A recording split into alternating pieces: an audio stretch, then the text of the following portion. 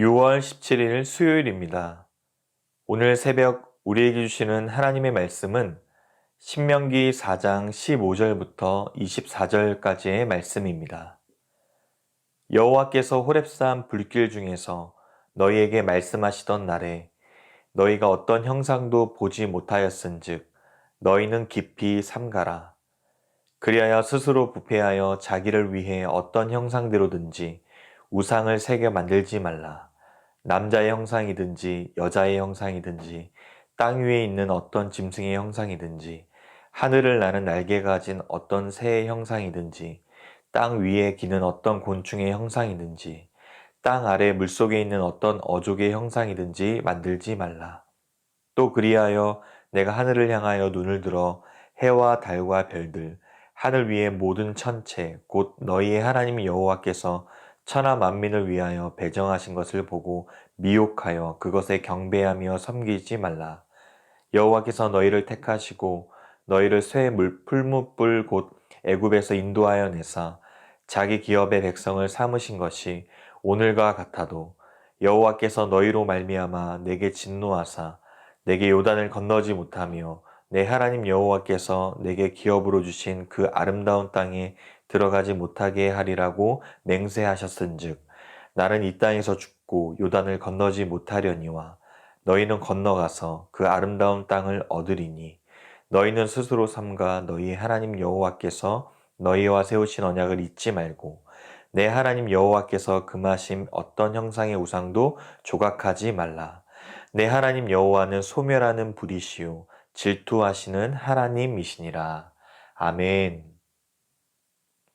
하나님의 말씀을 가감없이 지키며 자녀들에게도 동일하게 가르칠 것을 명한 지난 본문에 이어 오늘 본문은 우상 숭배에 대한 내용이 기록되어 있습니다. 모세는 이스라엘 백성들에게 과거 호렙산에서 있었던 하나님의 임재를 상기시킵니다. 15절에 보시면 여호와께서 호렙산 불길 중에서 너희에게 말씀하시던 날에 너희가 어떤 형상도 보지 못하였은즉 너희는 깊이 삼가라고 말합니다.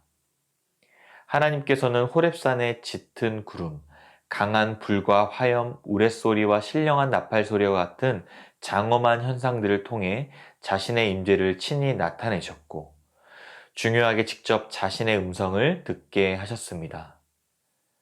이스라엘 백성들은 다양한 신적 임재의 현상을 체험하고 하나님의 음성을 들었으나 어떠한 형상으로도 하나님께서는 나타나지 않으셨습니다. 따라서 보이는 형상을 가지지 않으신 하나님을 대신할 어떤 형상도 만들지 말 것을 경고합니다. 이어지는 16절부터 18절까지 말씀을 보시면 아무 형상대로 우상을 새겨 만들지 말 것을 당부하고 있습니다. 남자와 여자의 형상이든 하늘과 땅의 어떠한 형상도 하나님을 대신할 수가 없고 모든 피조물은 하나님의 통치 아래 있기에 결코 숭배의 대상이 될 수가 없습니다. 19절에도 또 그리하여 내가 하늘을 향하여 눈을 들어 해와 달과 별들 하늘 위의 모든 천체 곧 너희의 하나님 여호와께서 천하 만민을 위하여 배정하신 것을 보고 미혹하여 그것에 경배하며 섬기지 말 것을 권면합니다. 출애굽 1세대가 광야에 거할 때 아론을 부추겨서 금송아지 형상으로 우상을 만들었던 적이 있습니다. 이 일로 인해 하나님께서는 매우 진노하셨고 그들을 다 멸하고자 하셨기에 그때 이를 반드시 교훈 삼아야 할 것입니다. 이처럼 하나님은 그 어떤 우상 숭배도 금지하십니다. 특별히 인간 스스로 부패하여서 자기를 위해 자신의 내적 위로와 평안을 얻기 위한 수단으로 우상을 만들지 말라고 명하십니다. 모세는 또 한 번 자신이 약속의 땅에 들어가지 못하는 이 현실을 아파하면서 동시에 백성들을 향해 이제 건너가서 아름다운 땅을 얻게 될 것을 강조합니다. 21절과 22절입니다. 여호와께서 너희로 말미암아 내게 진노하사 내게 요단을 건너지 못하며 내 하나님 여호와께서 내게 기업으로 주신 그 아름다운 땅에 들어가지 못하게 하리라고 맹세하셨은즉 나는 이 땅에서 죽고 요단을 건너지 못하려니와 너희는 건너가서 그 아름다운 땅을 얻으리니. 그러면서 다시 스스로 삼갈 것을 요청합니다. 23절에 보시면 너희는 스스로 삼가 너희 하나님 여호와께서 너희와 세우신 언약을 잊지 말고 내 하나님 여호와께서 금하신 어떤 형상의 우상도 조각하지 말라고 말씀하며 우상을 만들지 말 것을 거듭 촉구하고 있습니다. 모세는 이어서 하나님이 소멸하는 불이시며 질투하시는 하나님이심을 각인시킵니다.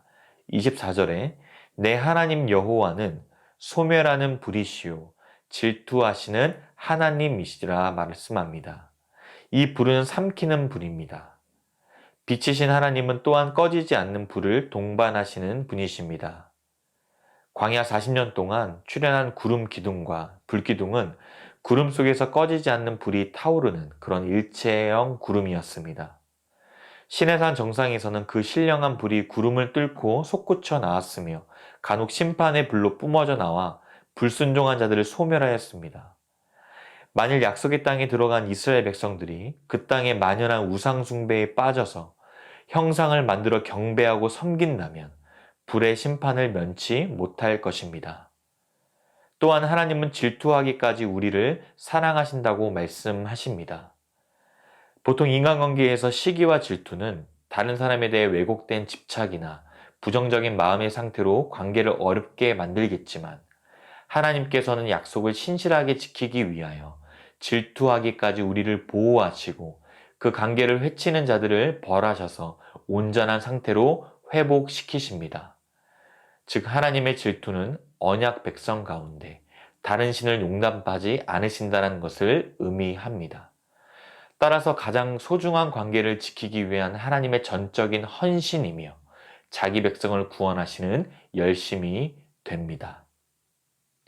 사랑하는 성도 여러분, 살아계신 하나님, 말씀하시는 하나님을 대신할 수 있는 형상은 없으며 하나님이 형상화되는 순간 그것은 경배의 대상이 아니라 우상이 되어 이용의 대상이 됨을 반드시 기억하시길 바랍니다. 이스라엘 백성들이 이제 입성하게 될 약속의 땅 가나안은 젖과 꿀이 흐르는 아름다운 땅이면서도 동시에 우상이 창궐한 땅이었습니다. 우상을 멀리하지 않으면 언제든 하나님을 떠나 우상을 섬길 수 있는 환경이기에 어떠한 우상도 허용해서는 안 됩니다. 오직 하나님만을 섬기기 위해서는 반드시 우상을 제거해야 합니다. 하나님보다 더 사랑하는 것이 있다면 그것이 우상일 것입니다.